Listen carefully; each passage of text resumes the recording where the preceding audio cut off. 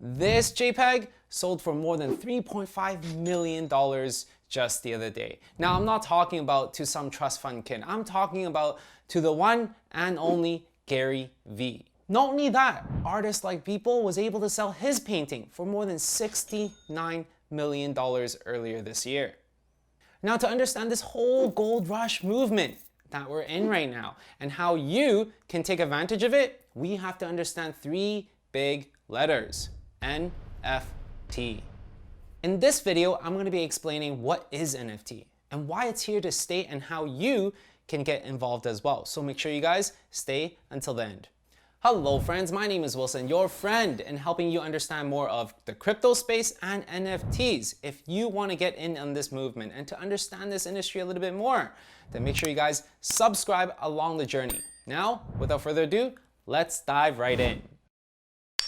So, what is NFTs? Non-fungible tokens. Let's start with non-fungible and what that means. In definition, fungible means replaceable by another identical item. In other words, non-fungible means non-replaceable.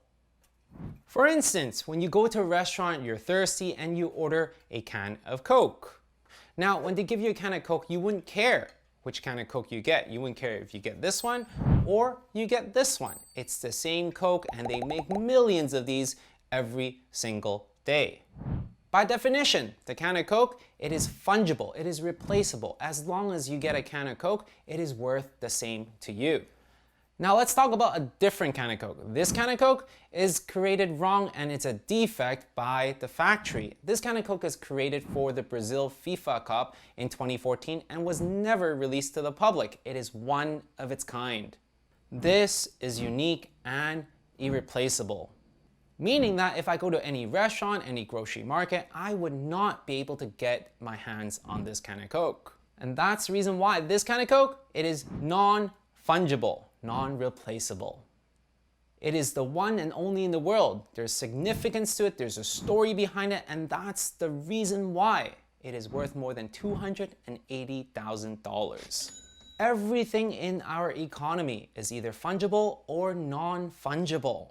Starry Night by Vincent van Gogh is one of its kind, and that's the reason why it's worth millions of dollars. Can of Coke, it is fungible. You don't care which one you get, and that's the reason why it is inexpensive. Now that we understand the non-fungible, it is time to understand token. Now this is where things get a little bit more technical, and it all starts with the blockchain. Currently, all of our financial systems, they are centralized right now. So what is a centralized system? Now let's illustrate here. Imagine you're hungry, you go to Susan's sushi house to buy some sushi. She charges you $10 and you take out your debit card and you swipe the machine. Now as soon as you swipe your card, a message goes to your bank and checks whether you have enough money in your account. So that's when they tally up everything, all the transactions that you have, and to see if you have enough money. And when you do indeed have enough money, they're going to approve the transaction and the money gets sent to Susan's bank. Now she collects $10 from your bank. This is essentially what the bank does. They keep a very accurate record of all the transaction, and they have been doing it for a very, very long time. And this is how we centralize all the transactions that we make through banks, thus a centralized system. We trust that these banks, these centralized systems will have our best interests at heart, will do the right thing when they make policies, when they set rates, when they decide to print more money.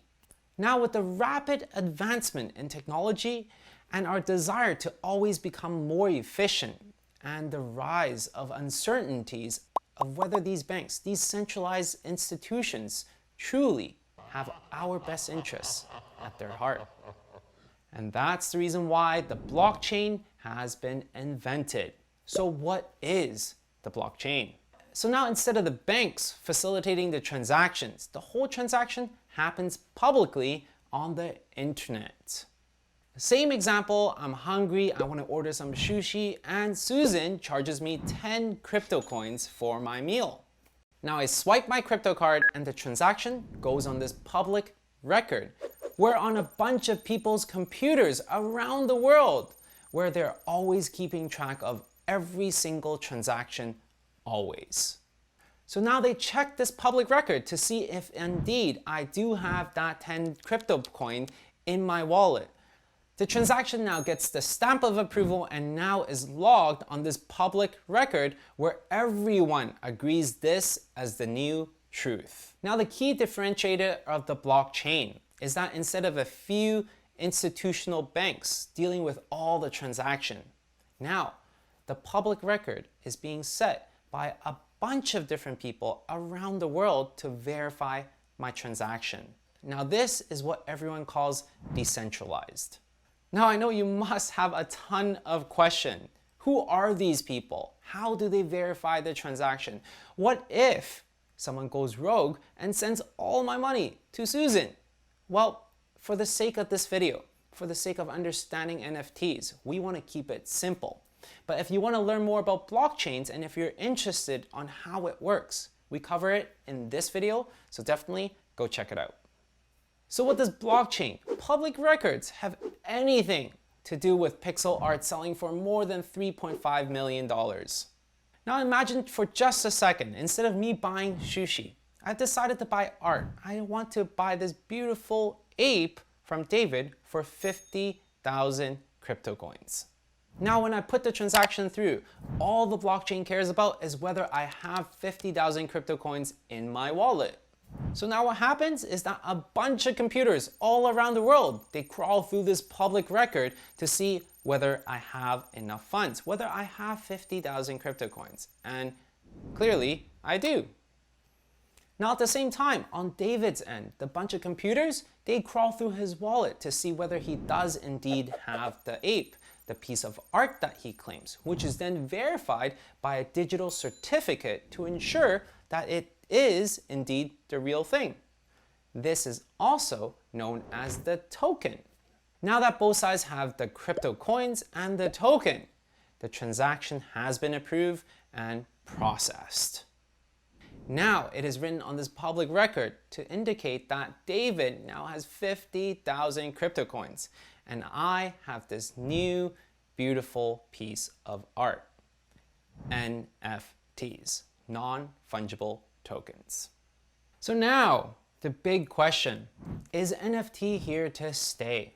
Well, NFTs are here to stay and it is because of status and utility.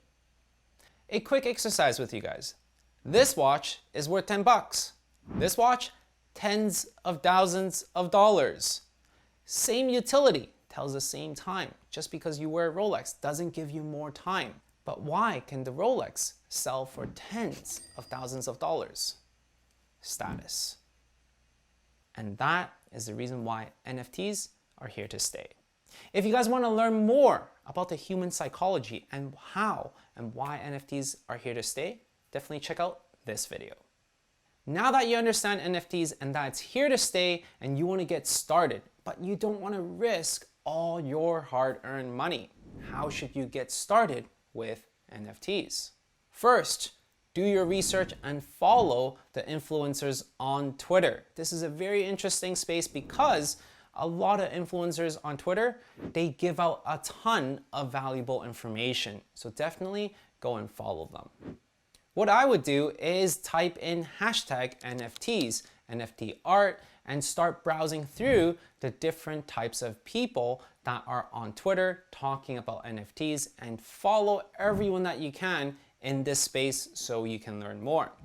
Second thing that you should do is go on OpenSea.io. This is the biggest platform of NFT arts on this platform. You can browse art, collectibles, avatars, tons of different NFT projects on this platform so you can start to understand how these projects work. And third, join Discord channels of different projects and you get to learn their community, you get to learn what they are talking about, what are some of their roadmaps, what do they plan on doing with their project, why is it that this project is going to be worth money in the future. After you do all your research and you're ready to buy your first NFT, then you should definitely check out this video where I show you step by step on how to buy your first NFT. So there you go, friends.